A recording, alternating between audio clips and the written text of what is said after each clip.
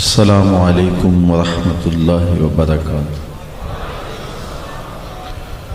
الحمد للہ رب العالمین والصلاة والسلام علی اشرف الانبیاء والمرسلین وعلی آلہ واصحابہ اجمعین۔ قال اللہ تعالی وتبارک فی القرآن المجید والفرقان الحمید۔ بسم اللہ الرحمن الرحیم۔ قل لا اسألکم علیہ اجرا الا المودۃ فی القربى۔ صدق اللہ مولانا العظیم وصدق رسولہ النبی الکریم الرؤوف الرحیم۔ اللہم نور قلوبنا بالقرآن وزین اخلاقنا بالقرآن وادخلنا الجنۃ بالقرآن ونجنا من النار بالقرآن۔ قال اللہ تعالی وتبارک فی شان حبیبہ مخبرا وآمرا ان اللہ وملائکتہ یصلون علی النبی یا ایہا الذین آمنوا صلوا علیہ وسلموا تسلیما۔ اللہم صل علی سیدنا مولانا محمد معدن الجود والکرم صلاة و سلاما علیک یا سیدی یا رسول اللہ وعلی آلک و اصحابک یا محبوب رب العالمین۔ تمام حمد و ثنا، تعریف و توصیف اللہ جل مجدہ الکریم کی ذات بابرکات کے لیے، جو خالق کائنات بھی ہے اور مالک شہنشاہت بھی۔ اللہ جل وعلا کی حمد و ثنا کے بعد رسول رحمت، شفیع معظم، نبی محتشم، حضور ختم المرتبت صلی اللہ علیہ وآلہ وسلم کے حضور ناز میں اپنی عقیدتوں، ارادتوں اور محبتوں کا خراج پیش کرنے کے بعد واجب الاحترام، ذوی الاحتشام، ذی وقار علماء کرام، حضرات سامعین، منتظمین جلسہ ھذا، السلام علیکم ورحمۃ اللہ وبرکاتہ۔ کتاب رحمت قرآن مجید سے جو کلمات تلاوت کرنے کا شرف حاصل کیا، ان میں ارشاد فرمایا گیا، اے محبوب ارشاد کر دو، میں تم سے تبلیغ دین کا کوئی صلہ نہیں مانگتا۔ تمہارے تک جو پیغام حق پہنچایا، تمہیں جو دین دیا، تم سننا نہیں چاہتے تھے، تمہاری دہلیز تک پہنچ کر تمہارے تک اللہ کے دین کی دعوت پہنچائی۔ مکے کی گلیوں سے لے کے طائف کے بازاروں تک، کس جتن سے، کس محنت سے، کس لگن سے لوگوں تک اللہ کے دین کی دعوت پہنچائی گئی، اس پر کوئی اجر طلب نہیں کرتا۔ میرا اجر میرے اللہ کے ہاں ہے، تم سے کوئی مطالبہ نہیں ہے۔ مشکلات، مصائب اور آلام سہتے ہوئے اللہ کے دین کی تبلیغ اللہ کے جلیل القدر نبی، رسول اور پیغمبر کرتے رہے، اور اس راستے میں انہوں نے تکلیفیں بھی سہیں، دکھ بھی جھیلے۔ امام رازی علیہ الرحمہ نے لکھا ہے کہ مکے سے لے کر طائف تک 70 ایسے نبیوں کی قبریں ہیں جن کی وفات صرف بھوک کی وجہ سے ہوئی ہے۔ کفار کی جانب سے جو اذیتیں ہیں وہ الگ ہیں، مقاومتیں، مخالفتیں، کئیوں کے سر پہ آرے رکھ کے پاؤں تک چیر دیا گیا۔ بنی اسرائیل نے 70 نبی شہید کیے، لیکن یہ خلوص اور للہیت کے نور سے گندا ہوا ایسا پاکیزہ طبقہ تھا کہ جنہوں نے اپنی دعوت میں کمی نہیں آنے دی۔ لوگوں کے رویے کتنے ہی تلخ کیوں نہیں ہوئے، لوگوں کے مزاج کے اندر کتنا ہی روکھا پن کیوں نہیں ہوا، لیکن انہوں نے لوگوں تک اللہ کے دین کی دعوت کو پہنچایا۔ دین کی دعوت لوگوں تک ہر صورت پہنچائی۔ حضرت نوح علیہ السلام کی کہانیاں پڑھیے کہ قوم اتنی سخت مزاج تھی کہ جب اللہ کے دین کی دعوت لے کر حضرت نوح علیہ السلام جاتے تو وہ کانوں میں انگلیاں ٹھونس لیتے کہ اے نوح ہم تیری بات نہیں سنیں گے۔ اب مجھے بتائیے جب سامعین کا رویہ یہ ہوگا تو کیا میں تقریر کا تسلسل باقی رکھ سکتا ہوں؟ لیکن ادھر دیکھیے قوم کانوں میں انگلیاں ٹھونس لیتی ہے کہ اے نوح ہم تیری بات نہیں سنیں گے، اور اللہ کا نبی رک جاتا ہے۔ اچھا کبھی تو تھک کے انگلیاں نکالو گے، جب نکالو گے تب پیغام دے کے جاؤں گا۔ کیسے کٹھن مراحل تھے میرے اور آپ کے آقا و مولا نے لوگوں تک کیسے پہنچ کر پیغام حق کا ابلاغ کیا۔ انہوں نے کانٹے بچھائے، گڑھے کھودے، لیکن حضور انہی کانٹوں اور گڑھوں سے بچ بچ کے پھر ان تک آ پہنچے۔ بتاؤ میں تمہیں دین کی دعوت دینے سے رک سکتا ہوں؟ تمہیں پیغام حق کا ابلاغ کر کے رہوں گا۔ لوگوں کے تلخ رویے، ڈالی جانے والی اوجریاں، پھینکے جانے والے کوڑے، مقاومتیں، مخالفتیں، نکتہ چیندیاں، طائف کے بازار، مکے کی گلیاں، کیا کچھ نہیں تھا، لیکن میرے حضور نے ان تک پیغام حق کا ابلاغ کیا۔ لا اسألکم علیہ اجرا۔ ام المومنین سیدہ عائشہ رضی اللہ تعالیٰ عنہ فرماتی ہیں کہ ایک دن ہم نے حضور سے پوچھا کہ حضور کیا احد کے دن سے سخت دن بھی زندگی میں آیا ہے؟ صحابہ کی نظر میں حضور کی حیات طیبہ میں احد کے دن سے سخت دن کبھی نہیں آیا جب حضور علیہ السلام کے سکے چچا شہید کر دیے گئے۔ 70 صحابہ کی لاشیں پڑی ہوئی تھیں، اور حضور کے چچا نہ صرف شہید کیے گئے بلکہ ان کا مسئلہ کیا گیا، اعضائے بدنیاں کاٹے گئے، سینہ چاک کیا گیا، کلیجہ چبایا گیا، آنکھوں میں نیزے چبھوئے گئے، ناک، کان اور دوسرے اعضائے بدنیاں کاٹ کے اس کا ہار پرویا گیا۔ حضور کی چشمان رحمت میں آنسو تھے اور سر انور پہ سفید رنگ کی پٹی بندھی تھی، اور بار بار فرماتے تھے ما فعل امی، میرے چچا کی کہانی سناؤ۔ یہ دردناک دن تھا۔ ام المومنین کہتی ہیں ہم نے حضور کو وہ دن یاد دلاتے ہوئے کہا کہ کیا اس دن سے بھی سخت دن زندگی میں کبھی آیا؟ فرمایا ہاں عائشہ، طائف کے بازاروں میں جب تیری قوم نے مجھے پتھر مارے تو یہ دن اس دن سے بھی سخت تھا۔ ان کے 3 سرداروں کے پاس حضور علیہ السلام اللہ کا پیغام لے کر گئے تھے، اس کی دعوت لے کر گئے تھے، انہوں نے مسترد کر دی۔ فرمایا ٹھیک ہے تمہاری قسمت نہیں تھی، میں نے سچائی کے ساتھ تمہارے تک پیغام پہنچایا، چلو اب یہ تمہارا میرا راز رہے گا۔ انہوں نے کہا ہم کیوں راز رکھتے پھریں، اور اوباشوں کو حضور کے پیچھے لگا دیا۔ وہ حضور کے قدموں پر، پاؤں پر پتھر مارتے، حضور قدم اٹھاتے تو دوسرے پاؤں پہ پتھر مارتے۔ شدت درد اور احساس کرب سے حضور بیٹھ جاتے تو ان کے غنڈے دائیں بائیں سے آگے بڑھتے اور حضور کو کندھوں سے پکڑ کے اٹھاتے اور سنگ زنی کی مشق کرتے۔ اللہ اکبر! حضور کا اتنا خون بہا کہ نالین خون سے بھر گئے۔ غلاموں نے کہا حضور ان کے لیے بد دعا کر دیجئے، تو میرے حضور فرماتے ہیں میں رحمت بن کے آیا ہوں۔ جب اسرار پہم بڑھتا ہے تو حضور کے ہاتھ اٹھ جاتے ہیں۔ صحابہ کا خیال ہے کہ ابھی حضور ان کے لیے جو ہے وہ کچھ ارشاد کر دیں گے تو یہ پہاڑ آپس میں جڑ جائیں گے، ہم ان کی چیخیں اپنے کانوں سے سنیں گے جنہوں نے ہمارے آقا کو دکھ دیا۔ لیکن جب حضور کے لب ہلے تو حضور کیا فرمایا؟ اللہم اہد قومی فإنہم لا یعقلون۔ اے اللہ میری قوم کو ہدایت دے دے، یہ مجھے جانتی نہیں۔ پتھروں کے جواب میں دعائیں دینا یہ پیغمبروں کا حوصلہ ہی ہوتا ہے۔ مورخ اسلام حفیظ جیلندری نے اس دعا کا ترجمہ ان الفاظ میں کیا کہ حضور نے دعا کی الہی کرم کر کوثار طائف کے مکینوں پر، الہی کرم کر کوثار طائف کے مکینوں پر، الہی پھول برسا ان پتھروں والی زمینوں پر۔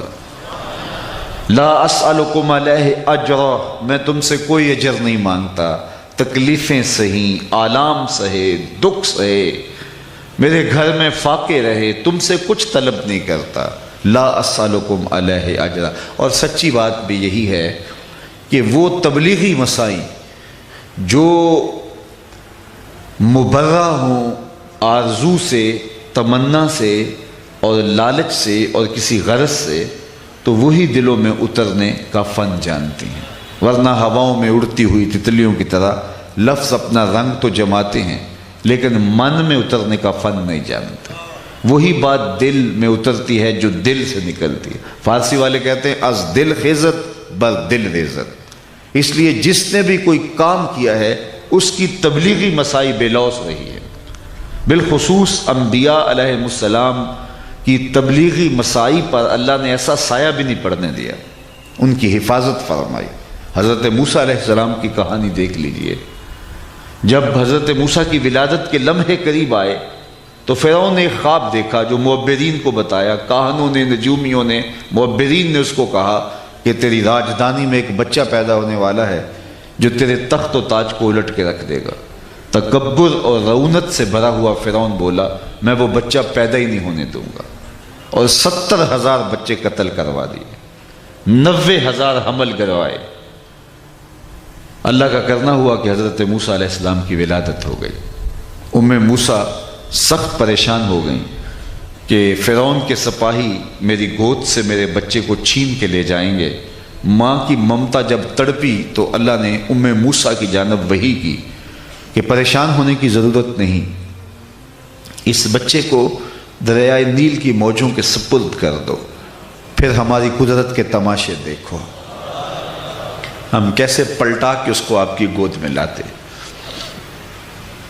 حضرت موسیٰ سلام اللہ علیہ کی والدہ نے ایک صندوق تیار کیا جس کے بالائی حصے میں سوراخ رکھے تاکہ ہوا اور روشنی کی گزرگاہ رہے۔ وہاں حضرت موسیٰ علیہ السلام کو بٹھا دیا، دریائے نیل کی موجوں کے سپرد کر دیا۔ قرآن پڑھیے، سارا واقعہ موجود ہے۔ اللہ کے وعدے پہ مطمئن ہو کر حضرت موسیٰ علیہ السلام کی والدہ تو واپس گھر آ گئی، لیکن ان کی ہمشیرہ سے رہا نہ گیا۔ بہن بہن ہوتی ہے، وہ سمندر کنارے، دریا کنارے ساتھ ساتھ چلنے لگی، اور جو ہی وہ صندوق ڈوبنے لگتا تو بہن کا دل بھی ڈوب جاتا، اور جب وہ تیر کے سطح آب پہ آ جاتا تو اس کے دکھی دل کو قرار ملتا۔ اللہ کا کرنا ایسا ہوا کہ پانی کا بہاؤ اس صندوق کو ادھر لے گیا جدھر فرعون کے محلات تھے۔ شام کا وقت تھا، فرعون کے ہاں اولاد نہیں تھی، یہ بے اولاد تھا، اور پانی کے دوش پر اس نے صندوق آتے دیکھا، اپنی بیوی کے ساتھ بیٹھ کے گزرتے پانی کے منظر سے لطف اندوز ہو رہا تھا۔ تو غوطہ خوروں کو کہا ذرا نکال کے لاؤ، کیا ہے میں دیکھنا چاہتا ہوں۔ جب صندوق نکال کے غوطہ خور لائے تو اس کو کھولا گیا، کیا دیکھا؟ ایک خوبصورت بچہ مسکرا رہا ہے۔ زوجہ فرعون جن کا نام آسیہ ہے بے ساختہ پکار اٹھتی ہیں، فریفتہ ہو جاتی ہیں اور بے ساختہ پکارتی ہیں کہ یہ بچہ تو میری آنکھوں کی ٹھنڈک ہے اور اس کو ہم اپنا بیٹا بنا لیتے ہیں۔ علماء نے لکھا ہے نبی کے ساتھ کیا گیا پیار کبھی رائے گا نہیں جاتا۔ اگر فرعون بھی کہہ دیتا ہاں میری آنکھوں کی بھی ٹھنڈک ہے تو رب یہ نہ دیکھتا اس نے دعویٰ کیا کیا ہے، یہ دیکھتا میرے نبی سے پیار کیا ہے، اللہ اسے بھی ہدایت دے دیتا۔ خیر اس کا مقصود نہیں تھا، لیکن یہ طے ہو گیا کہ اس کو ہم اپنا بیٹا بنا لیں۔ سب سے پہلی فکر دودھ کی ہوئی، شاہی دائیاں بلوائی گئی، حضرت موسیٰ دودھ نہیں پیتے، اور دائیاں بلوائی گئی، حضرت موسیٰ دودھ ہی نہیں پیتے۔ اللہ قرآن میں فرماتا ہے ہم نے ان پر حرام کر دیا تھا کہ اپنی ماں کے علاوہ کسی اور خاتون کا دودھ نہیں پینا۔ اتنے میں چلتے چلتے چلتے حضرت موسیٰ کی ہمشیرہ بھی موقع پہ پہنچ گئی، اور جب ان کو پھنسا ہوا دیکھا تو کہا کہ ایک دائی میری نظر میں بھی ہے جس کا دودھ بچے رغبت سے پی لیتے ہیں، کہو تو بلا لاؤں؟ انہوں نے کہا دیر کا ہے کہ گئی اور اپنی ماں کو بلا لائیں۔ انہوں نے دودھ پیش کیا تو حضرت موسیٰ علیہ السلام نے پی لیا۔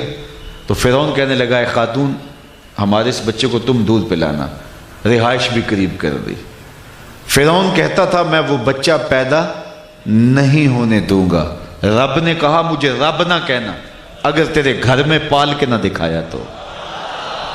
اب سوال یہ ہے کہ اپنی ماں کے علاوہ کسی اور خاتون کا دودھ پینا نبی کی شان کے لائق نہیں، تو پھر میرے اور آپ کے آقا و مولا نے حضرت حلیمہ سعدیہ کا دودھ کیوں پیا؟ یہ ایک سوال کھڑا ہوتا ہے نا۔ حضرت موسیٰ پر تو اللہ نے حرام کر دیا، کہ اپنی ماں کے علاوہ کسی اور خاتون کا دودھ نہیں پینا، تو پھر میرے حضور نے حضرت حلیمہ سعدیہ کا دودھ کیوں پیا، حضرت ثویبہ کا دودھ کیوں پیا، اور بھی خواتین کا حضور نے دودھ پیا ہے؟ تو اس کا جواب یہ ہے کہ اپنی ماں کے علاوہ کسی اور خاتون کا دودھ پینے میں کوئی حرج نہیں، حتیٰ کہ بھیڑ بکری کا دودھ پینے میں کوئی حرج نہیں، گائے اور بھینس کا دودھ پینے میں کوئی حرج نہیں۔ حضرت موسیٰ کا ماجرا اور تھا، اس بہانے انہیں ماں تک پہنچانا تھا۔ اور دوسری بات یہ تھی کہ کل فرعون کے دربار میں کھڑے ہو کے حضرت موسیٰ علیہ السلام نے جب اللہ کی توحید کا اعلان کرنا تھا تو فرعون نے زیر لب مسکرا کے کہنا تھا الم نربک فینا ولیدا، میرے گھر پلتا رہا، آج مجھے عقل سکھانے آ گیا۔ تو اللہ نے پہلے سے جواب تیار کر رکھا تھا کہ حضرت موسیٰ اس کا منہ توڑ سکے کہ میاں پلا تیرے گھر میں ہوں، دودھ اپنی ماں کا ہی پیتا رہا ہوں۔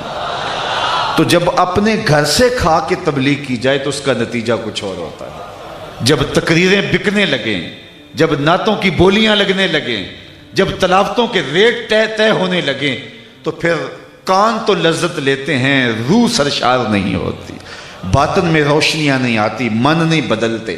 آج جتنی تقریریں، جتنے واعظ، جتنا کچھ ہو رہا ہے، ماضی میں اتنا کچھ نہیں تھا، لیکن نظر اٹھتی تھی، لوگ کلمہ پڑھتے تھے، اس لیے کہ تبلیغ روح کی تبلیغ تھی۔ حضرت شاہ نقشبند بخاری علیہ رحمہ فرماتے ہیں جس کی خاموشی فائدہ نہیں دیتی اس کی تقریر بھی فائدہ نہیں دیتی۔ مطلب کیا؟ جس کا عمل اثر انداز نہیں ہوتا اس کی گفتگو بھی اثر انداز نہیں ہوتی۔ تو اللہ نے اپنے نبیوں کی حفاظت کی کہ ان کی تبلیغی مسائی کو ایسی اغراض سے محفوظ رکھا کہ ایسی پرچھائیاں بھی نہیں پڑنے دیں، اگرچہ ان کی زندگی کا ایک گوشہ گواہ ہوتا ہے، لیکن پھر بھی ان کی زبانوں سے یہ بات کہلوائی، لوگوں میں تم سے تبلیغ دین کا صلہ نہیں مانگتا، اور یہ بات میرے اور آپ کے آقا و مولا کی زبان سے بھی کہلوائی گئی۔ محبوب ارشاد کر دو اے لوگوں میں تم سے تبلیغ دین کا کوئی صلہ نہیں مانگتا الا المودۃ فی القربى۔ ہاں ایک سوال ہے کہ جو میرے قرابت دار ہیں ان سے تم نے محبت کرنی ہے۔ قربہ کے من جملہ معانی میں سے ایک مفہوم یہ ہے کہ قربہ سے مراد حضور کی اطرت ہے، حضور کا خاندان ہے، حضور کے قرابت دار ہیں، اہل بیت نبوت ہے۔ اے لوگوں میں تم سے تبلیغ دین کا کوئی صلہ نہیں مانگتا، تمہارے تک پیغام پہنچایا، تمہیں دعوت دی، تم سننا نہیں چاہتے تھے، تم نے مسترد کیا، تم نے کیا کچھ کیا، لیکن میں تمہارے تک اللہ کے دین کو پہنچا کے چھوڑا، اب اس کا کوئی اجر تم سے نہیں مانگتا۔ ہاں ایک سوال ہے جو میرے قرابت دار ہیں ان سے تم نے محبت کرنی ہے۔ یہ سوال کھڑا ہوا جب قرابت داروں سے محبت مانگ لی تو یہ کہیں صلے کی صورت نہ ہو جائے، تو اس کا جواب بڑا دل آویز ہے، وہ یہ کہ اہل بیت کی جو محبت مانگی گئی یہ صلے کی صورت اس لیے نہیں کہ یہ اہل بیت کی ضرورت نہیں، یہ امت کی ضرورت ہے۔ اگر وہ اہل بیت سے پیار کرتے ہیں تو ان کے دین کی حفاظت ہوتی ہے۔ حضرت زید بن ارقم رضی اللہ تعالیٰ عنہ کی مرویات سے ہے کہ میرے اور آپ کے آقا و مولا نے ارشاد فرمایا انا تارک فیکم الثقلین، میں تمہارے اندر دو بھاری چیزیں چھوڑ کے جا رہا ہوں، تمہیں لاوارث نہیں چھوڑ کے جا رہا۔ اللہ اکبر، جن چیزوں کو میرے حضور بھی بھاری کہیں وہ کتنی بھاری ہوں گی، وہ کتنی وزنی ہوں گی۔ تو کہا کہ میں تمہیں لاوارث چھوڑ کے نہیں جا رہا، تمہارے اندر دو بھاری چیزیں چھوڑ کے جا رہا ہوں، ان کو اگر مضبوطی سے تھام لو گے تو لن تدلوا بعدی، تم کبھی بھی میرے بعد گمراہ نہیں ہوگے۔ اللہ اکبر، وہ دو چیزیں کون سی ہیں؟ پہلی چیز کتاب اللہ، اللہ کی کتاب، فیہ الہدی والنور فخذوا بکتاب اللہ واستمسکوا بہ، اللہ کی کتاب قرآن مجید ہے، جس کو مضبوطی سے پکڑ لو، یہ ہدایت کا سرچشمہ ہے، یہ روشنیوں کا منبع ہے، اس کے حرف حرف سے اجالے پھوٹتے ہیں، اس کے لفظ لفظ سے نور نکلتا ہے، اس کتاب کو مضبوطی سے تھام لو، تم گمراہ نہیں ہوگے۔ یہ اللہ کی لٹکتی ہوئی رسی ہے جو تمہیں ہدایت کی راہوں پہ گامزن رکھے گی۔ اور دوسری چیز وَإِطْرَتِي اہل بیتی، اور میرے اہل بیت، میری اطرت، میرے اہل بیت نبوت، اور 3 مرتبہ فرمایا اذکرکم اللہ فی اہل بیتی، میں اپنے اہل بیت کے بارے تمہیں اللہ سے ڈراتا ہوں، اذکرکم اللہ فی اہل بیتی، تمہیں اپنے اہل بیت کے بارے میں اللہ سے ڈراتا ہوں۔ تو اہل بیت کے ساتھ پیار کرو اور قرآن کے دامن کو مضبوطی سے تھام لو۔ میرے حضور نے فرمایا میں ضمانت دیتا ہوں کہ میرے بعد تم گمراہ نہیں ہوگے۔ میرے حضور نے تو ضمانت دی تھی کہ میرے بعد تم گمراہ نہیں ہوگے، اور ہم 72-73 فرقوں میں بٹ گئے۔ ایک دوسرے کا گریبان پھاڑنے لگے، پگڑیاں اتارنے لگے، جبے پھاڑنے لگے، ہم ایک دوسرے کے خلاف کھڑے ہو گئے، حتیٰ کہ جو ہے وہ بات گالی سے آگے بڑھ گئی، گلے چیرنے لگے، اور ہم مسجدوں میں، خانقاہوں میں، بازاروں اور چوراہوں میں جو ہے وہ دھماکے کرنے لگے، اور چھوٹے چھوٹے بچوں کے بدن کی بوٹیاں جب دیواروں سے چپک گئی تو ہم سینے پہ ہاتھ رکھ کے ذمہ داریاں قبول کرنے لگے۔ میرے حضور نے تو کہا تھا کہ تم فرقہ بندی اور ان مصیبتوں سے بچ جاؤ گے، تم ہدایت پہ رہو گے اگر تم نے ان دو چیزوں کے دامن کو تھاما رکھا۔ ہم 72-73 گروہوں میں کیوں بٹ گئے؟ تو صاحب حضور نے ضمانت دی تھی دو شرطوں کے ساتھ، ایک یہ کہ تم اہل بیت کے دامن کو نہیں چھوڑو گے، اور ایک قرآن کے دامن کو نہیں چھوڑو گے۔ گمراہی اس لیے پھیلی، کسی نے اہل بیت کے دامن کو چھوڑ دیا، کسی نے قرآن کے دامن کو چھوڑ دیا، کسی نے قرآن پکڑ کے قرآن کے نام کی دہائی تو دی لیکن اہل بیت کا بغض سینے میں پلتا رہا، اور کسی نے اہل بیت کے نام کا جھنڈا تو اٹھایا لیکن قرآن سے دوری اختیار کر لی۔ انہیں مبارک کو جن کے ایک ہاتھ میں قرآن ہے، ایک ہاتھ میں اہل بیت نبوت کا دامن ہے۔ یہ امت وحدت کی لڑی میں پروئی جا سکتی ہے، اور یہ باہمی فرقے، یہ فتنے، یہ الجھاؤ، یہ فسادات، یہ شر مٹائے جا سکتے ہیں ایک ہاتھ میں قرآن ہو، ایک ہاتھ میں اہل بیت نبوت کا دامن ہو۔ جب مضبوطی سے تھام لیں گے تو ہم گمراہ نہیں ہوں گے، اور ہدایت کی سیدھی مستقیم راہ جو ہم روز اپنے رب سے ہر نماز کی ہر رکعت میں وکالتاً یا اصالتاً اپنے رب سے طلب کرتے ہیں کہ مالک ہمیں سیدھی راہ پہ گامزن رکھنا، تو وہ راہ نصیب ہوگی اگر ہم ان دو پاکیزہ وجود ان کے مضبوطی سے تمسک ان کے ساتھ اختیار کرے رکھیں گے۔ کتاب اللہ کے ساتھ جڑنے کی تلقین کی، فرمایا راتوں کی تنہائیوں میں اٹھ کے قرآن پڑھا کرو اور قرآن پڑھتے ہوئے رویا کرو۔ پھر فرمایا فَإِن لَمْ تَبْكُوا فَتَبَاكُوا، اگر رونا نہ آئے تو رونے کی کوشش کیا کرو۔ حضرت داتا گنج بخش علی حجویری علیہ رحمہ سے ایک مرید نے پوچھا حضرت اگر رونے کی کوشش کریں پھر بھی رونا نہ آئے، فرمایا پھر اپنے مقدر پہ رویا کرو۔ اتنے سنگ دل ہو گئے ہو کہ تمہاری آنکھیں آنسوں کا خراج نہیں دیتی۔ یہ اللہ کی لٹکتی ہوئی محبت بری رسی ہے جس کو تھام کر کے تم ہدایت کی راہوں پہ گامزن ہو جاؤ گے۔ دوسری جانب اہل بیت کی محبت کا درس دیا، فرمایا احب اللہ لما یغزوکم من نعمہ، اللہ سے پیار کرو وہ تمہیں نعمتیں دیتا ہے۔ کیا کیا نہیں اس نے تمہیں عطا کیا، ذرا اپنے اندر اتر کے دیکھو، آفاق و انفس پہ غور کرو، طرح طرح کی غذائیں، ذوق نظارہ کے لیے کئی رنگوں کے پھول، تسکین قلب و نظر کے لیے کیا کچھ اس نے تمہارے لیے نہیں رکھا، اس سے پیار کرو وہ تمہیں رزق دیتا ہے، تمہاری ضروریات کا کفیل ہے۔ پھر فرمایا وَأَحِبُّونِ لِحُبِّ اللَّهِ، مجھ سے پیار کرو میں تمہارے رب کا محبوب ہوں۔ اعظم چشتی نے تو قلم توڑ دیا، یہاں اپنا معیار زمانے سے جدا رکھتے ہیں، ہم تو محبوب بھی محبوب خدا رکھتے ہیں۔ کوئی گلیوں میں پھرنے والا شخص ہمارا محبوب کوئی تھوڑا ہی ہے، ہمارا محبوب تو وہ ہے جو خدا کا بھی محبوب ہے۔ کیا معیار ہے، کیا معیار ہے ہمارا محبوب۔ اور پھر یہ بندہ نواز محبت ہے۔ یار محبت وہاں کرنی چاہیے جہاں قدردانی ہو، وہ تو نہیں ہے کہ کوئی مطلب نکال کے جو ہے وہ کوئی اور رستہ دکھا دے۔ سویر سے لے کر شام تک سفر پہ رہتا ہوں، تو ایک دن سیالکوٹ سے واپس آ رہا تھا تو راستے میں ایک جھونپڑا لگا ہوا تھا، تو اس کے اوپر لکھا تھا بابا سڑکاں والی سرکار۔ تو میں نے اپنے ساربان سے کہا یہ تو کنارے والی سرکار ہے، سڑکوں والی سرکار تو ہم ہیں کہ سویر سے لے کر شام تک سڑکوں پہ رہتے ہیں، کبھی عرش پر، کبھی فرش پر، کبھی ان کے در، کبھی در بدر، غم عاشقی تیرا شکریہ میں کہاں کہاں سے گزر گیا۔ تو جو بندہ سڑکوں پہ رہتا ہے تو اس کو بڑے تجربات بھی ہوتے ہیں، تو یہ گاڑیوں کے پیچھے ہوئے جو لکھے جملے ہوتے ہیں نا، یہ وہ گاڑی چلانے والے کے نفسیات کا خلاصہ ہوتا ہے۔ تو کچھ جملے تو دکھی کر دیتے ہیں، کچھ شرمسار کر دیتے ہیں، کچھ ایسے ہیں کہ ہنسی نہیں رکتی، اور کچھ سوچنے پہ مجبور کر دیتے۔ ایک جملہ آپ نے بھی پڑھا ہوگا، گاڑیوں کے پیچھے لکھا ہوتا ہے صنم بے وفا۔ تو میں اپنے دوستوں کو پوچھتا ہوں یہ سمجھتے ہو کیا لکھا ہے؟ تو وہ کہتے ہیں جناب آپ بتا دیجئے۔ تو میں کہتا ہوں کہ یہ تحریری احتجاج ہے، اس نے کسی سے پیار کیا ہوگا تو آج وہ اپنی بے وفائی کا داغ اور اس کا احتجاج کر رہا ہے۔ میں نے کہا صاحب تو نے اس سے پیار کیا جو وفا نہ کر سکا، آ تجھے وہ چوکھٹ دکھاؤں جو پیار کرتے ہیں تو پیار کی ریت نبھانا بھی جانتے ہیں، جو ہاتھ پکڑتے ہیں تو دنیا کو کیا حشر کے دن بھی نہیں چھوڑیں گے، تو پیار کریں تو ان سے کریں جو وفا کی ریت نبھانا جانتے ہیں۔ اللہ اکبر۔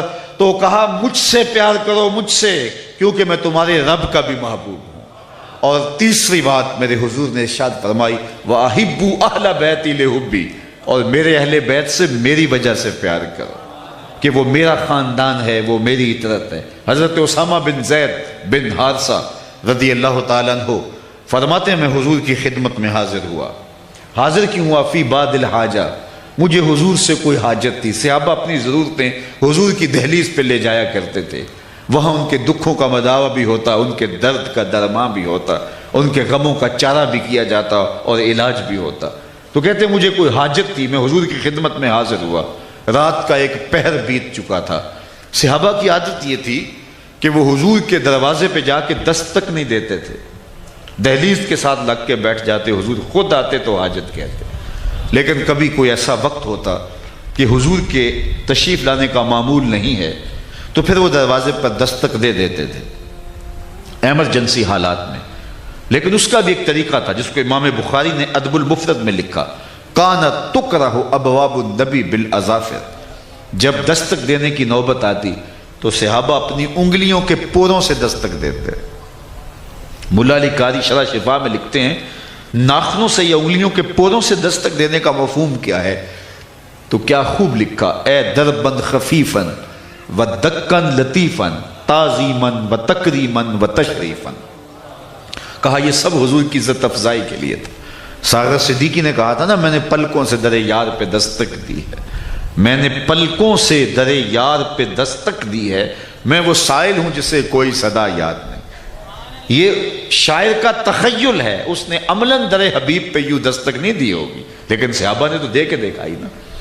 اسامہ بن زید بن حارثہ رضی اللہ تعالیٰ عنہ فرماتے ہیں میں حاضر ہوا، در دولت پہ دستک دی، حضور تشریف لائے۔ جب آقا تشریف لائے تو چونکہ ایک رات گزر چکی تھی تو حضور نے ایسے ہی چادر کی بکل کی ہوئی تھی، میری حاجت میرے کہنے پہ حضور نے پوری کر دی۔ لیکن میں نے ایک منظر دیکھا کہ حضور نے جب بکل ماری تھی تو اطراف میں ابھار تھے، پہلوؤں میں ابھار تھے، تو مجھ سے نہ رہا گیا۔ میں نے پوچھ لیا، میں نے کہا بندہ نواز یہ کیا؟ تو حضور نے کچھ بتلانے کی بجائے فکشفہ، چادر ہی کھول دی۔ فائز الحسن والحسین علی ورقہ، ایک پہلو سے امام حسن لپٹے ہوئے تھے، ایک پہلو سے امام حسین لپٹے ہوئے تھے۔ فرمایا یہ میرے بیٹے ہیں، یہ میری بیٹی کے بیٹے ہیں، اے اللہ میں ان سے پیار کرتا ہوں، تو بھی ان سے پیار کر، جو ان سے پیار کرے اس سے بھی پیار کر۔ حضرت حذیفہ بن یمان رضی اللہ تعالی عنہ روایت کرتے ہیں، یہ بھی کہانی سنیے اور یہ بھی کتنی دل آویز کہانی ہے۔ حذیفہ بن یمان کون ہے؟ صاحب و سر رسول اللہ صلی اللہ علیہ وسلم، حضور کے رازدان۔ حضور نے جب کوئی راز کی بات کہنی ہوتی تو حضرت حذیفہ بن یمان کے کان میں کہتے۔ مختلف صحابیوں کو مختلف اعزازات دیے ہوئے تھے۔ ایک صحابی تھے جو حضور کہیں تشریف لے جاتے تو ساتھ چلتے، حضور جوڑے اتارتے تو وہ حضور کے نالین اٹھا لیتے۔ انہیں کیا کہا گیا؟ صاحب النالین، حضور کے جوڑے اٹھانے والا۔ اللہ اکبر! کیا کہا تھا کسی نے کہ ان کے نالین کو پیوند لگانے والے کعبہ قوسین کی منزل کا پتہ دیتے ہیں۔ صاحب النالین، حضرت انس رضی اللہ تعالیٰ عنہ خادم رسول کے نام سے معروف ہیں۔ اسلہ بن شریک رضی اللہ تعالیٰ عنہ یہ حضور کے ساتھ سفر کرتے اور جب کہیں حضور پڑاؤ فرماتے تو یہ اونٹنی کا کجاوا کھول دیتے، اور جب دوبارہ عازم سفر ہوتے تو پھر دوبارہ کجاوا کس دیتے۔ ان کی یہ ڈیوٹی تھی کہ حضور کی سواری کا کجاوا کس دیا کرتے اور کھول دیا کرتے۔ ایک سفر میں جب رات کو پڑاؤ کیا تو انہیں غسل کی حاجت ہو گئی۔ جب صبح اٹھے اور کوچ کا موسم تھا، پانی اتنا سرد تھا کہ سوچا اگر میں نے غسل کیا تو یہ تو کہیں مجھے ہلاک نہ کر ڈالے، تو کہیں سے لکڑیاں لائے کہ ان کو آگ لگا کے پانی گرم کر کے تو میں غسل کر لوں۔ اتنے میں کوچ کے لمحے قریب آ گئے تو ایک انصاری صحابی کو بلایا، کہا کہ میں ذرا غسل کرنا ہے تو تم ذرا حضور کی سواری کا کجاوا کس دو۔ تو اس انصاری صحابی نے حضور کی سواری کا کجاوا کس دیا۔ یہ غسل کر کے حضور علیہ السلام کے قافلے کے ساتھ جب شامل ہوئے اور اپنی اونٹنی حضور کی اونٹنی کے قریب کی تو آقا کریم نے اسلح بن شریک کو مسکرا کے دیکھا اور فرمایا اسلح آج کجاوا بدلا بدلا سا لگتا ہے، تمہارے ہاتھ کا کسا ہوا نہیں لگتا۔ تو اسلح بن شریک نے کہا حضور یہ میں نے کسا بھی نہیں ہے، یہ فلاں انصاری صحابی نے کسا تھا۔ تو فرمایا تم نے کیوں نہیں کسا؟ تو سنو حضرت اسلح بن شریک نے کیا کہا، یہاں تو لوگ الجھ رہے ہیں نا، لڑ رہے ہیں، یہاں تو فرقہ بندیاں ہیں، یہاں تو کیا کیا ہے، لیکن پیار کی یہ کہانی نوٹ کرو۔ اسلح بن شریک کو حضور نے کہا کہ تم نے کیوں نہیں کسا؟ تو اسلح بن شریک بولے یا رسول اللہ صلی اللہ علیہ وسلم میں حاجت سے تھا اور مجھے غسل کی ضرورت تھی، اور میں نے پسند نہیں کیا کہ جس کجاوے پر آپ نے سواری کرنی ہے اس کو بے وضو ہاتھ لگاؤں۔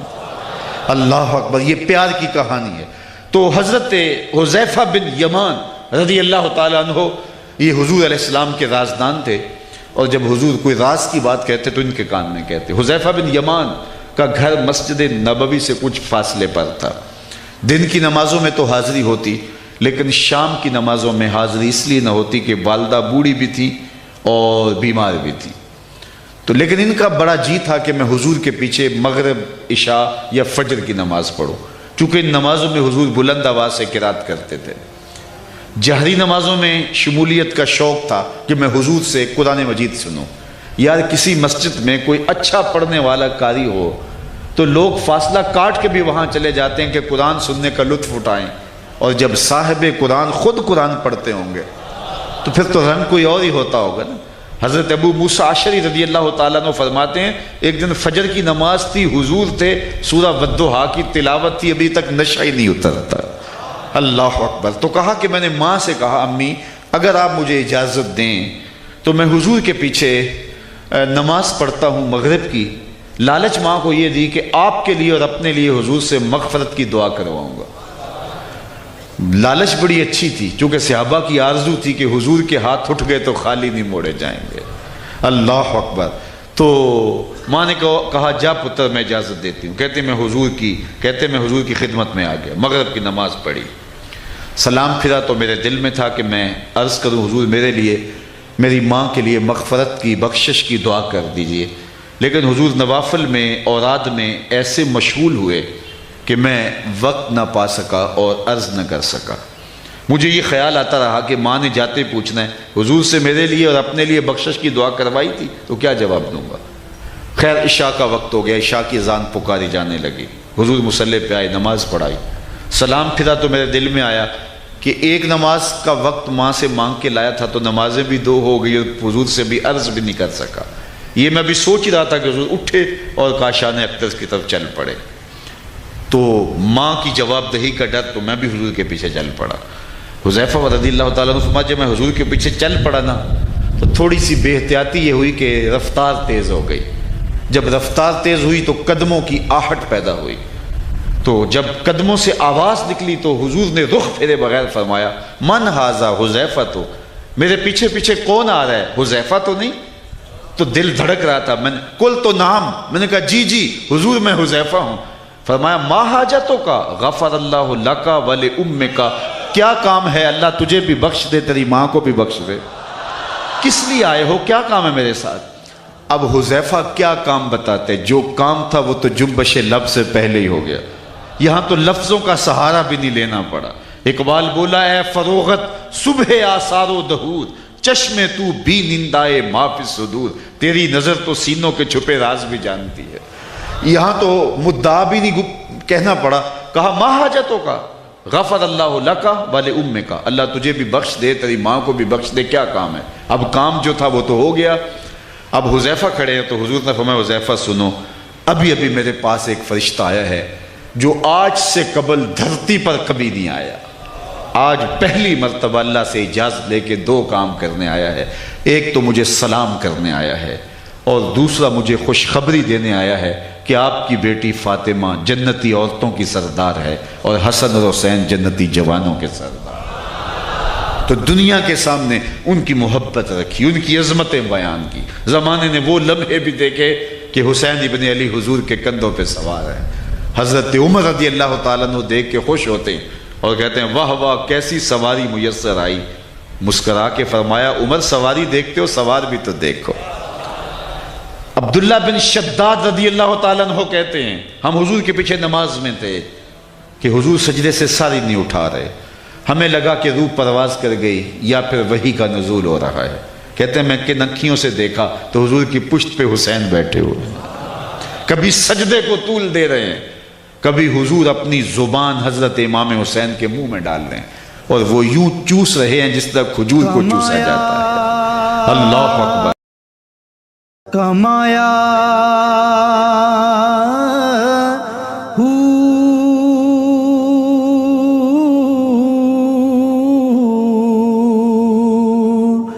نام بھج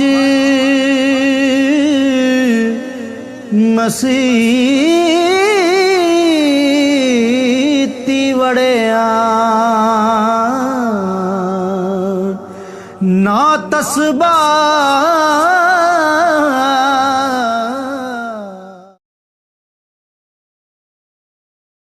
نے صندوق اٹھایا، دجلہ کنارے پہنچا، جب پھینکا تو کیا منظر دیکھا، پانی نے راہیں کشادہ کر دی، ادب سے آغوش میں سمیٹا، واپس آیا تو شیخ سے کہا حضرت یہ منظر میری آنکھیں نہ دیکھتی تو کبھی نہ پوچھتا، لیکن اب مجھے بتایا جائے اس صندوق میں کیا تھا جس کے لیے پانی نے بھی راہ چھوڑا، اور اگر وہ اتنی ہی بابرکت شے تھی تو آپ نے پھینکوائی کیوں؟ شیخ کہنے لگے بیٹے تم نے منظر ہی ایسا دیکھا، اگر بیان نہ کروں تو تمہیں تسکین نہیں آئے گی، سنو میں نے 12 سال کی محنت شوقہ سے تصوف کے رموز غوامض اور اسرار پر ایک کتاب لکھی، پھر 12 سال اس کی نوک پلک سنوارتا رہا کہ اس کا کوئی جملہ شریعت کے مزاج سے ہٹ کر نہ ہو، پھر 12 سال سوچتا رہا اس کتاب کو لوگوں تک پہنچاؤں کہ نہ پہنچاؤں۔ 36 سال گزرنے کے بعد آج میں نے فیصلہ کیا قرآن کے ہوتے ہوئے لوگوں کو جنید کی کسی کتاب کی ضرورت نہیں ہے، یہ تم میری 36 سال کی کمائی پھینک کے آئے ہو۔ اللہ اکبر، قرآن اتنا کافی ہے، اتنا وافی ہے، تو پھر کیا ضرورت پڑ گئی تھی کہ اہل بیت کے دامن کو بھی تاما جائے؟ تو اس کا جواب سادہ ہے، ایک ہوتا ہے علم، ایک ہوتی ہے اس کی عملی مشق، ایک ہوتی ہے تھیوری، ایک ہوتا ہے اس کا پریکٹیکل۔ اگر اسلام کی تھیوری دیکھنی ہے تو قرآن موجود ہے، اور اگر پریکٹیکل دیکھنا ہے تو کربلا کے تپتے ہوئے ریگزار میں حسین ابن علی کا کردار موجود ہے۔ یار عظیمت کی جو انوکھی اور البیلی داستان حضرت امام حسین نے رقم کی ہے، یہ کائنات کا انوکھا باب تھا۔ جتنے دکھ آپ پر آئے ہیں کو ہمالیہ پہ پڑے تو ان کا پتا بھی پانی ہو جائے، جوان بیٹے تبھی موت سے مر جائیں تو باپ توازن کھو جانے کے قریب ہوتا ہے، ساری بستی دلاسا دینے والی ہوتی ہے، اور جب جنازہ اٹھتا ہے تو 10 آدمی سنبھالا دے کے قبرستان لے جا رہے ہوتے ہیں، یہ کون ہے؟ کہا اسی کے لگتے جگر کا جنازہ جا رہا ہے۔ لیکن میں قربان نہ جاؤں حسین ابن علی پر، 18 سال کے بیٹے کی لاش کندھوں پہ اٹھا کے خیموں تک لاتے ہیں، اور لاش رکھتے ہوئے کیا کہتے ہیں؟ اے اللہ حسین کی یہ قربانی قبول کر لے۔ کبھی 6 ماہ کا علی اصغر ہاتھ میں اٹھایا ہے اور فرات کنارے کھڑے ہیں، اشکیا سے پکار کے کہتے ہیں تمہاری لڑائی تو میرے ساتھ ہے، اس 6 ماہ کے بچے نے کیا بگاڑا ہے تمہارا؟ چلو بھر کے اس کا حلق تر کرنے لگتے ہیں کہ 2 شاخہ تیر آ کے گلا کاٹ دیتا ہے، خون بہنے لگتا ہے، گردن لٹک جاتی ہے، لیکن حسین پھر بھی آسمان کی طرف منہ کر کے کہتے ہیں مالک حسین کی یہ ننھی قربانی بھی قبول کر لے۔ یہ تماشائے لب بام نہیں ہے، یہ حوصلہ ہے حسین ابن علی کا، جرت ہے، عظیمت ہے۔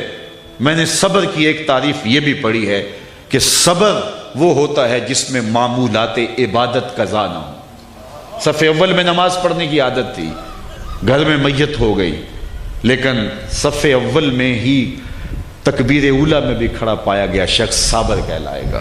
تہجد کا عادی تھا، آج بہت بڑا گھاٹا پڑ گیا، ساری کمائی فیکٹری کو آگ لگ گئی، ساری رات بے چینی سے نیند نہیں آئی، لیکن جب تہجد کا وقت تھا تو مصلی پہ کھڑا پایا گیا۔ صابر اسے کہتے ہیں جس کے معمولات عبادت قضا نہ ہوں، اور اگر صبر کی یہی تعریف مان لی جائے تو پھر سنو 71 زخم کلیجے پہ، اور جب حضرت امام حسین گھوڑے کی زین سے فرش زمین پر آئے کتنے بدن پہ تیر لگے ہیں، ایک تو خطیبانہ رنگ ہے لیکن تحقیق اور جو ہے وہ محتاط اندازہ یہ ہے کہ آپ کا جب پیرہن اتارا گیا 122 سوراخ تیروں کے تھے، 33 زخم تلواروں کے اور 34 گھاؤ نیزوں کے، اور اس حالت میں گھوڑے کی زین سے فرش زمین پر آئے، صابر ایسا کہ نماز کا وقت آیا سجدہ قضا نہیں ہونے دیا۔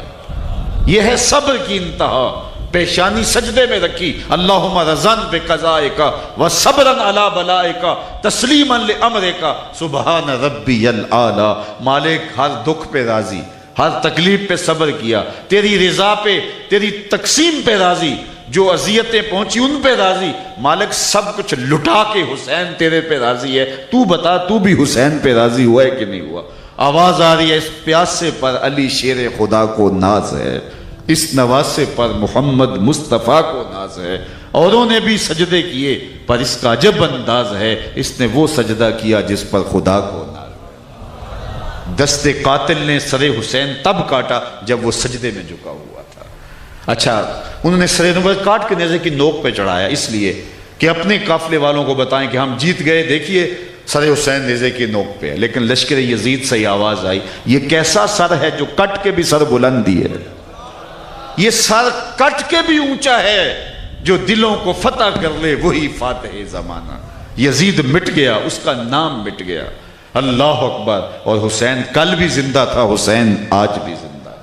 اگر میں آپ کے پورے واقعات میں ڈھونڈنے نکلوں تو مجھے یزید نام کا ایک بچہ بھی نہیں ملے گا، اور اگر میں پورا شہر ڈھونڈ لوں تو مجھے ابن زیاد نام کا کوئی شخص نہیں ملے گا، اور اگر میں پوری دنیا ڈھونڈ لوں مجھے شمر نام کا شخص نہیں ملے گا، اور اگر میں ڈھونڈنے نکلوں تو اس ایک مجلس میں حسین نام کے کتنے لوگ ملیں گے، شبیر نام کے کتنے لوگ ملیں گے، اکبر اور اصغر نام کے کتنے لوگ ملیں گے۔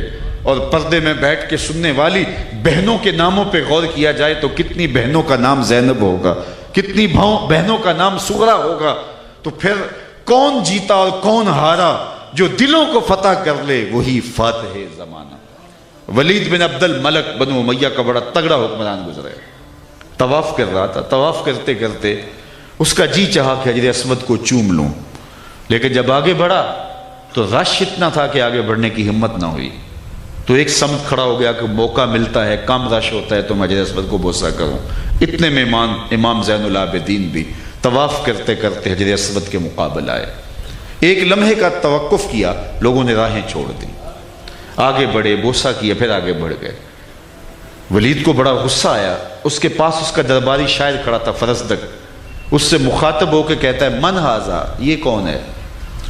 حالانکہ اسے پتا تھا یہ کون ہے۔ کسی کی اہمیت کو کم کرنے کے لیے کہا جاتا ہے یہ کون ہے، ہمارے پنجابی میں کہتے ہیں کون ہی، پتہ ہونے کے باوجود کسی کی اہمیت کو کم کرنے کے لیے من ھذا بولا جاتا ہے۔ اس نے کہا من ھذا، یہ کون ہے؟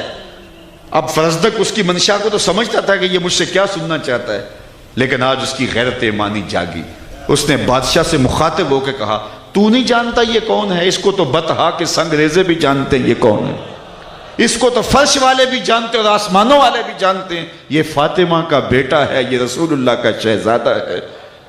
بادشاہ تو کچھ اور سن رہا تھا، لیکن فرزدق نے کھڑے کھڑے امام زین العابدین کا قصیدہ کہہ دیا، اس نے پکڑ کے جیل میں ڈال دیا۔ امام زین العابدین کو پتہ چلا تو انہوں نے جو ہے وہ 2 اشرفیوں کی تھیلیاں بھیجی، اور جب فرزدق کو وہ تھیلیاں پہنچی تو انہوں نے چوم کے آنکھوں سے لگایا، پھر واپس دیتے ہوئے کہا امام کو میرا سلام دینا، اور کہنا ساری زندگی نے ٹگوں کے لیے شاعری کی ہے، یہ شاعری ان ٹگوں کے لیے نہیں کی، آپ کے نانے کی شفاعت کے لیے کی۔ جو دلوں کو فتح کر لے وہی فاتح زمانہ۔ حسین کل بھی زندہ تھا، حسین آج بھی زندہ ہے۔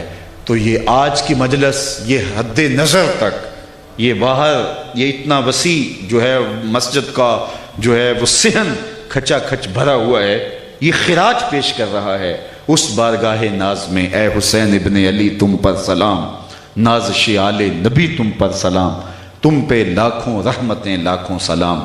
اے شہیدان محبت کے امام، لالا گوں لالا بدن لالا کفن، اے چمن اندر چمن اندر چمن، زندگی ہی زندگی تیری حیات، اے حیات اندر حیات، افتخار ملت بیضا ہے تو، رب کعبہ کی قسم یکتا ہے تو، فخر کا دل میں دریچہ باز کرنا چاہیے، جن کا تو آقا ہے ان کو ناز کرنا چاہیے۔ اس لیے ہم کہتے ہیں آ حسین نہیں واہ حسین، اتنی عظمتیں، اتنے بلند مرتبے تیرے، کہ کن بلندیوں کو چھو گیا جہاں کو ہمالیہ کا کلیجہ بھی دکھ نہ سہار سکے تو دکھ سہار کے مسکراتا ہوا دکھائی دے، یہ جرأت خون رسول کی ہی ہو سکتی ہے۔ تو حضرت امام حسین رضی اللہ تعالی عنہ کہ حضور عقیدت کا خراج اور محبتوں کا نذرانہ پیش کرنے والوں، آؤ دیکھو حضرت امام حسین رضی اللہ تعالیٰ عنہ کے کردار کی جھلک ہمارے اندر موجود ہے۔ اگر موجود ہے تو پھر اللہ کا شکر ادا کریں، لیکن اگر ہمارے لچھن اور کرتوتیں اور کام سارے یزید والے ہوں تو پھر کس طرح ہم حسین ابن علی کا منہ پہ نام لاتے ہیں؟ اگر ان کا نام لیا ہے تو پھر اپنی زندگی دیکھیے، انہوں نے تو برستی تلواروں اور برستے تیروں کے اندر بھی سجدہ قضا نہیں ہونے دیا، اور ہمیں توفیق سجدہ بھی نہ ہو تو پھر کس منہ سے حسین ابن علی کا نام لیں؟ تو آئیے ان کا نام لیا ہے تو ان کی سیرت کے نقوش اب اچھی طرح سے تھام لیں اور اپنی زندگی کو ان کی راہوں کا مسافر بنا لیں۔ حضرت امام حسین رضی اللہ تعالی عنہ نے ایک پیغام دیا، وہ سنی اور میری گفتگو اختتام کو پہنچی۔ جب مقام بیضا پہ پہنچے اور آپ کو یہ خبر جب پہنچ چکی تھی کہ حضرت مسلم بن عقیل شہید کر دیے گئے تو آپ سے کہا گیا حضرت حالات تو دیگر گو ہیں، تو فرمایا کہ مجھے پتہ ہے کہ جو حالات کی یکسر تبدیلی ہوئی اور اب میں آگے جاؤں گا بڑھوں گا تو میرے ساتھ کیا سلوک ہونے والا ہے، میرے ساتھ مخدرات بھی ہیں، خواتین بھی ہیں، لیکن اس کے باوجود میں آگے بڑھ رہا ہوں۔ کیوں؟ سنو، دو جملے ہیں حضرت امام کے جس سے پورا فلسفہ شہادت حسین سمجھ میں آتا ہے۔ فرمایا وَلَكُمْ فِيَّ أُسْوَةٌ، میں اس لیے آگے جا رہا ہوں کہ قیامت تک جبر، ظلم اور استحصالی نظام کے خلاف کھڑا ہونے والوں کے لیے میں دلیل تو بنوں۔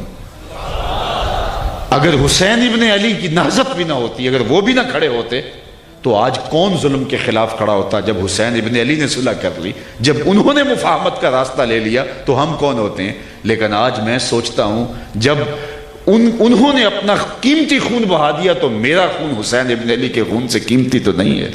تو فرمایا وَلَكُمْ فِيَّ أُسْوَةٌ، میں اس لیے آگے بڑھ رہا ہوں کہ میری زندگی تمہارے لیے نمونہ بن جائے۔ مہاتما گاندھی نے جب برطانوی سامراج کو للکارا نا تو بہت تھوڑے لوگ تھے ابتدا میں، تو اس نے اپنی مٹھی بھر جماعت کو جمع کیا اور کہا تم کہو گے ایسی سلطنت سے ٹکرانے کے لیے جا رہے ہیں جس کی حدود اتنی وسیع ہیں کہ سورج طلوع بھی ہوتا ہے اور غروب بھی حدود میں ہوتا ہے، تو یہ دیوار کے ساتھ ٹکر مارنے کے مترادف نہیں ہے؟ کہا مجھے سمجھ ہے اچھی طرح، لیکن اس کے باوجود میں اس سلطنت سے ٹکرانے جا رہا ہوں، میرے سامنے حسین ابن علی کا کردار موجود ہے۔ تو پھر سنو، ظلم کے خلاف، جبر کے خلاف، استحصالی نظام کے خلاف جب بھی جو بھی کھڑا ہوگا حرارت خون حسین سے لے گا۔ اقبال نے جو خراج پیش کیا، قلم توڑ دیا، سرخ رو عشق غیور از خون ہو۔ اقبال کہتا ہے عشق غیور کے چہرے پہ جو تمہیں سرخیاں نظر آتی ہیں یہ سرخی حسین کے خون کی وجہ سے۔ سرخ رو عشق غیور از خون ہو، شوخی این مصر از مضمون ہو، تا قیامت قط استبداد کر، موج خون او چمن ایجاد کر، اللہ اللہ بائے بسم اللہ پدر، معنی ذبح عظیم آیت پسر۔ تو یہ ہیں حضرت امام حسین رضی اللہ تعالیٰ عنہ جنہوں نے عظیمت کی انوکھی البیلی داستان رقم کی۔ اللہ ہمیں ان کے نقوش پا کی برکت نصیب فرمائے۔ وآخر دعوانا ان الحمد للہ رب العالمین، الحمد للہ رب العالمین، والصلاة والسلام علی اشرف الانبیاء والمرسلین۔ اے اللہ اٹھے ہوئے ہاتھ کبھی بھی خالی نہ موڑنا اور پھیلی ہوئی جولیاں ہمیشہ رحمات سے بھر دینا، بخت کی بہاریں نصیب کر دینا، مقدر کی خزائیں رخصت فرمانا۔ اللہ ہمیں باہمی محبت سے، اتفاق سے، یگانگت کے ساتھ اہل وطن کو زندگی گزارنے کی توفیق عطا فرما۔ اللہ اس ملک میں امن کے پھریرے لہرا دے۔ اللہ اس ملک کو دہشت گردی کے سلگتے الاؤ سے محفوظ فرما۔ اے اللہ اس ملک کو پاکیزگی، عفت اور برکت اور رحمت عطا فرما۔ اللہ ہمیں معاشرتی جمال عطا فرما، اس ملک کو معیشت کا نور عطا کر دے۔ ہمارے اٹھے ہوئے ہاتھ کبھی بھی خالی نہ موڑنا اور پھیلی ہوئی جولیاں ہمیشہ رحمات سے بھر دینا۔ اپنی پناہوں میں، امان میں اور حفاظتوں کے حصار میں رکھنا۔ اپنا خاص کرم فضل پوری امت مسلمہ کا مقسوم کر دینا۔ وصلی اللہ تعالی علی النبی الامین۔